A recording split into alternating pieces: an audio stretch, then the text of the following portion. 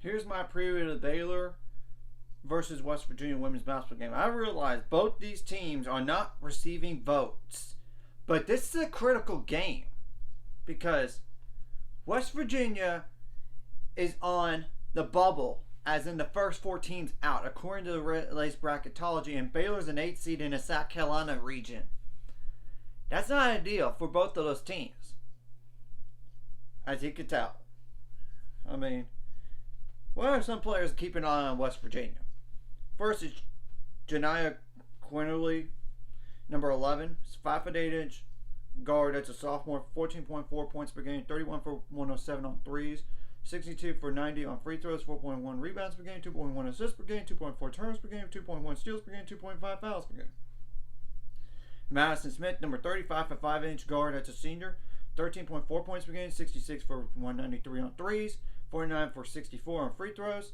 2.6 rebounds per game, 2.9 assists per game, 2.4 turnovers per game, 1.3 steals per game, 1.4 fouls per game. Jayla Hemingway, number 0 or 00. Number 5'11" guard, that's a senior, 9.6 points per game, 15 for 83 on threes, 65 for 85 on free throws, 5.8 rebounds per game, 2.2 assists per game, fouls per game, 1.4 steals per game, 2.4 turns per game. Kai Watson, number 32, 5'10" guard, that's a sophomore, 7.1 points per game, 27 for 105 on threes, 21 for 38 on free throws, 5.1 rebounds per game, 2 assists per game, 0.7 turns per game, 1.5 steals per game, 2.5 fouls per game. Kylie Blackston, number 14, 6'3" forward, that's a junior, 6.4 points per game, 9 for 22 on threes, 33 for 47 on free throws, 3.5 rebounds per game, 1.3 turns per game, 0.8 steals per game, 2.6 fouls per game. Danny Nichols, number 4, 5'10" guard, that's a senior, 4.9 points per game, 11 for 35 on threes, 26 for 38 on free throws, 2.5 rebounds per game, 0.8 turnovers per game, 1 steal per game, 0.8 fouls per game. Savannah Samuel, number 24, 6'1" guard, that's a junior, 3.9 points per game, 5 for 33 on threes, 31 for 39 on free throws, 2.2 rebounds per game, 1.5 turnovers per game, 0.6 steals per game, 1.7 fouls per game. Yes, I'm not memorizing this stuff by any means. It's too much information. I mean, in my head to do. That's why I'm looking down at something. I apologize for that, but you understand. Isis Bay, number 23, 6'3" forward. That's a sophomore, 2.9 points per game, 1 for 2 on threes, 12 for 24 on free throws, 2.1 rebounds per game, 1.8 fouls per game. Sarah Bates, number 3, 5'8" guard. That's a senior, 2.5 points per game, 14 for 44 on threes, 7 for 7 on free throws, 0.6 turnovers per game. And the last player I'm going to mention is because it's 2 points per game or less from there. I mean, is Tavi Diggs, number 2, 6'1" forward. That's a senior, 2.4 points per game, 5 for 8 on free throws, 2.6 rebounds per game, 0.6 turnovers per game, 1.3 fouls per game. And there's one thing I'm going to make clear on this. West Virginia beat Baylor last time by 9 points. Though granted, it was a lot closer than that. Both teams had double-digit leads. I mean, but Baylor came back from down in double digits to take to be, I believe, either up by 2 or down by 2. I don't remember.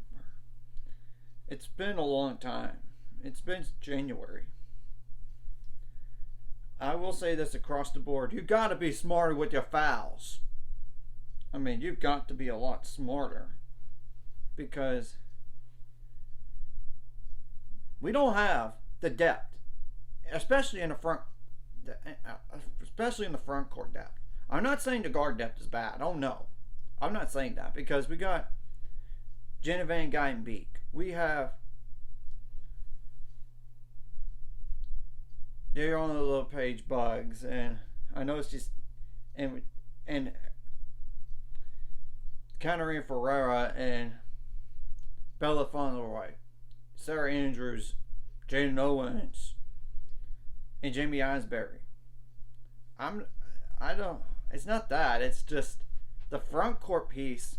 You hate to really put Kyle Abraham in that situation to play. You really, really would. Yeah, Baylor was up 34-33 at half. But that fourth quarter killed them. I mean, 17 points to 8. And it was tied at the end of the third quarter, despite Baylor having a double-digit lead. So, that's just a FYI on that. So, West Virginia, it appears, since that game, has only won 6 games since. And yeah.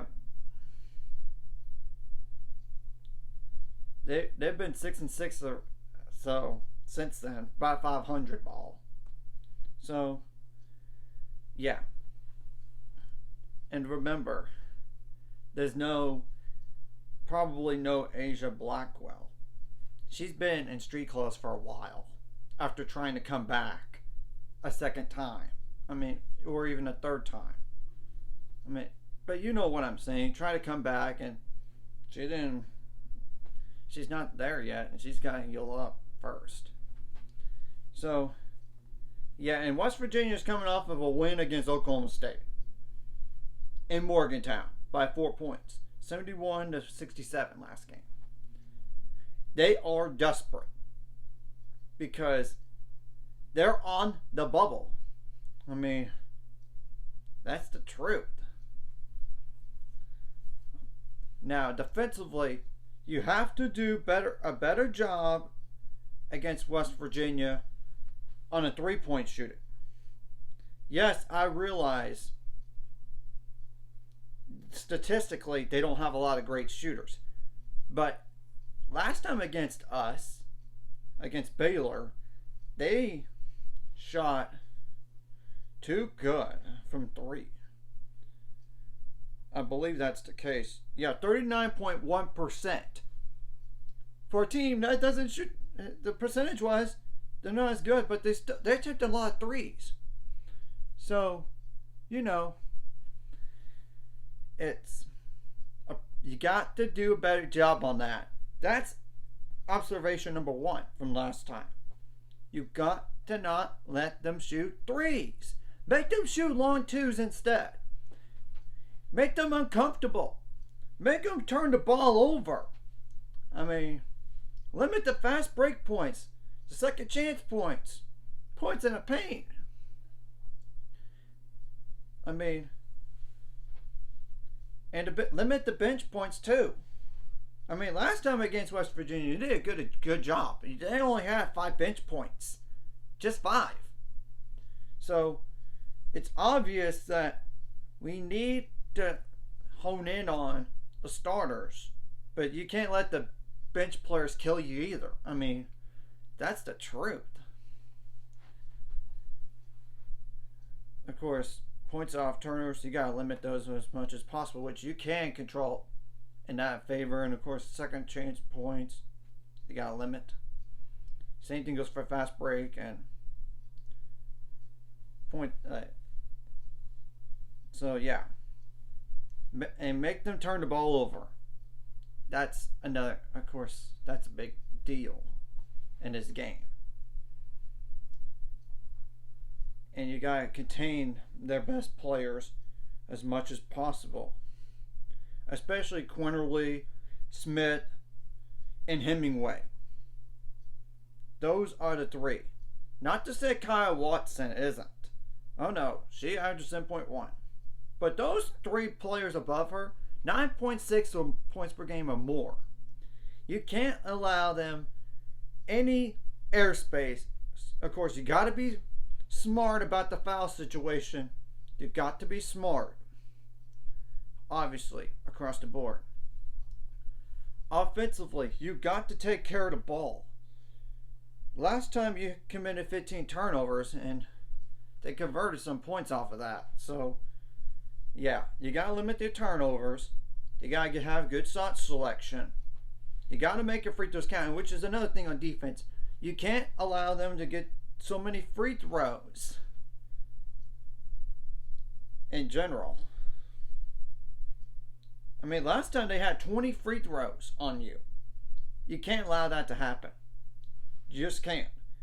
Yeah, they only made 13 of them, but still, don't allow them to get to the free throw line and make your free throws count on the other end. And of course, to get some second chance points, some points in the paint, besides threes, just take good shots from three. Don't need to jack it up. You gotta have good ball movement. You gotta get some points in transition. Points off turnovers, especially. I would also say we need Caitlin Bickle to step up. She didn't do a great job against Texas because of the foul trouble. She has to be smarter with her foul trouble. It seems like she's getting foul trouble every game or fouling out. We need her on the floor. Baylor does. She's better. She makes the team better when she's on the floor. I mean, you gotta have Darian Little Paige Buggs step up. She's got more double-doubles than Brittany Griner in her freshman year compared to Brittany. Yeah, insane, isn't it? You gotta have Sarah Andrews step up. We gotta have Jane Owens step up. Jamie Asbury just had a bad game against West Virginia. I think she wants to play better in this one. Jane Owens needs to step up and be smart when taking her shots. Bella Fauntleroy needs to step up too, for sure. I would also say Kyle Abraham if we have to play her. Yes. Same thing goes for Janet Van Guydenbeek. As well as Erica Porter, as well. So, that's just naming some players that need to step up and, of course, fill in their roles. So, and I can't emphasize this enough. Baylor right now would be an 8 seed in the NCAA tournament, according to latest bracketology. You need to get off that 8 line. This is a game that you have to win in order to help yourself not be in that situation where you potentially have to play a 1 seed in the NCAA tournament. That's the big thing that needs to occur. And not only that, you need some momentum going, positive momentum going into Big 12 tournament next week.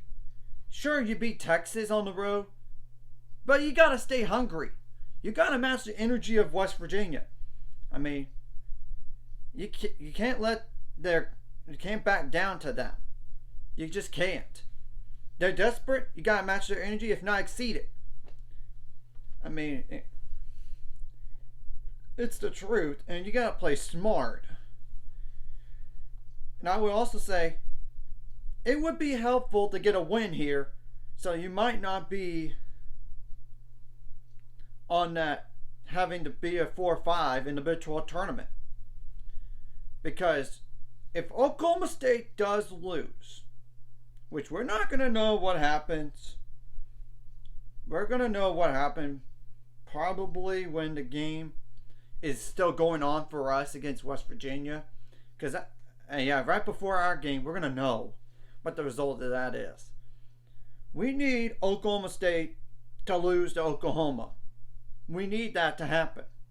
And if we win our game, we're going to move up at least 1 spot.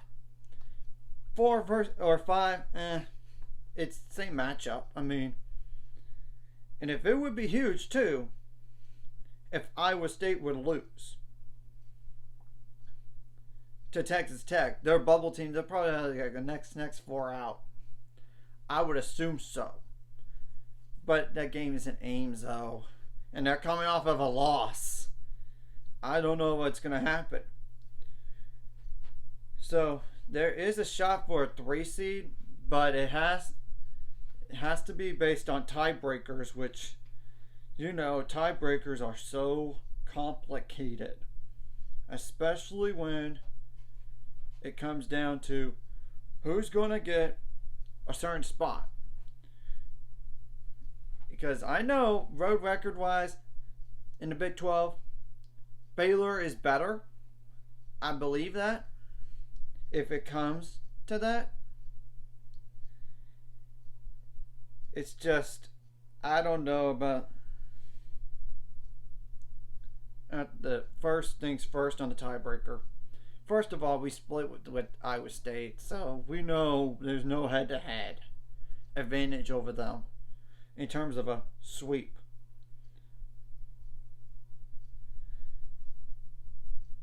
And we also know that even if we win and Oklahoma State, if Oklahoma State wins, Iowa State wins, and we win, we might not have the edge.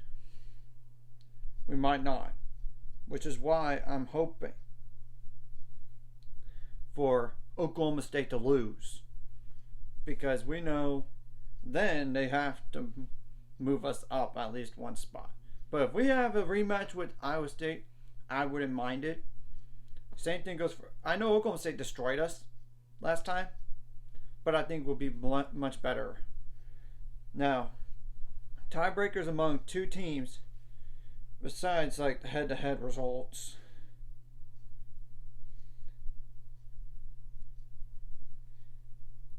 if it's still tied, then they'll go by winning percentage versus the team occupying the highest position in the final standings, and then continuing down until one team gains an advantage.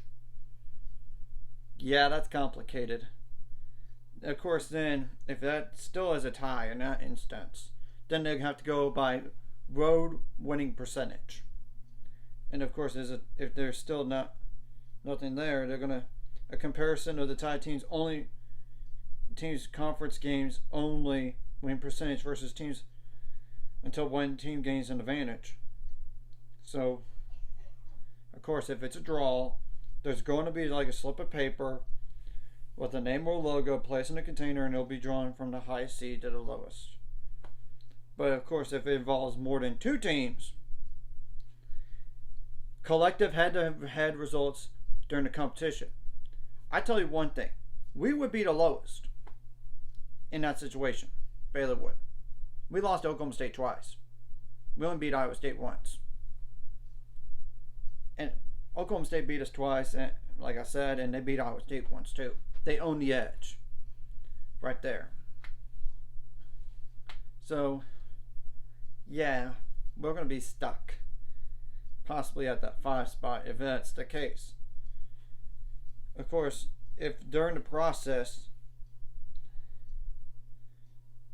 like rank the teams, like tie teams from highest to lowest, determine the seed in the mini round robin. Yeah.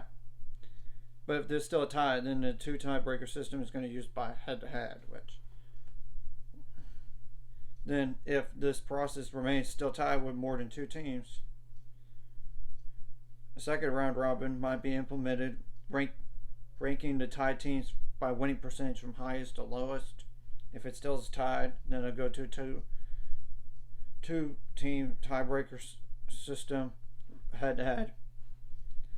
Of course, if it's still tied, then each of the teams' road record versus occupying the highest position in the regular season standings, then continuing down through the standings and eliminating tied teams with inferior records until one team gains an advantage.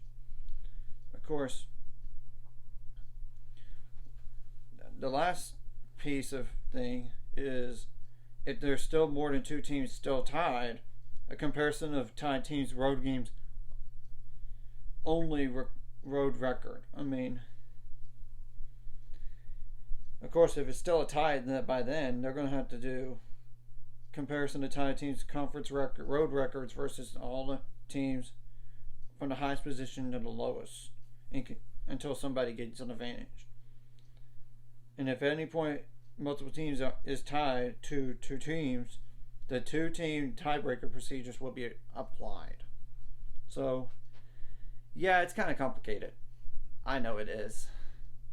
I just want to explain all that tiebreaker stuff, which can be found on the Big 12 website. Go under women's basketball and go to tiebreakers, which is under additional links, which I'm probably going to just go ahead and put that in the description below, because to read, so y'all can read that up. It's just complicated.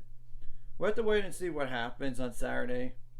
We'll know what happens for sure with the other teams. I just know Baylor needs to win just to help themselves in the NCAA tournament bid and getting a high seed possible, like a 7 or a 6. So, and of course, win a Big 12 tournament game. Then I think win the next 2 games, this game here and the following game, you're going to guarantee yourself a 7 seed, I would think, or 6. And from there, who knows? And of course, if we win the whole Big 12 tournament, I think we'd be as high as maybe a 5 seed, but that might be stretching it, or definitely a 6 seed, I would think. Anyways, if you like this content, hit like and subscribe button. See you guys later. 5 subscribers are on the road to it. Let's go.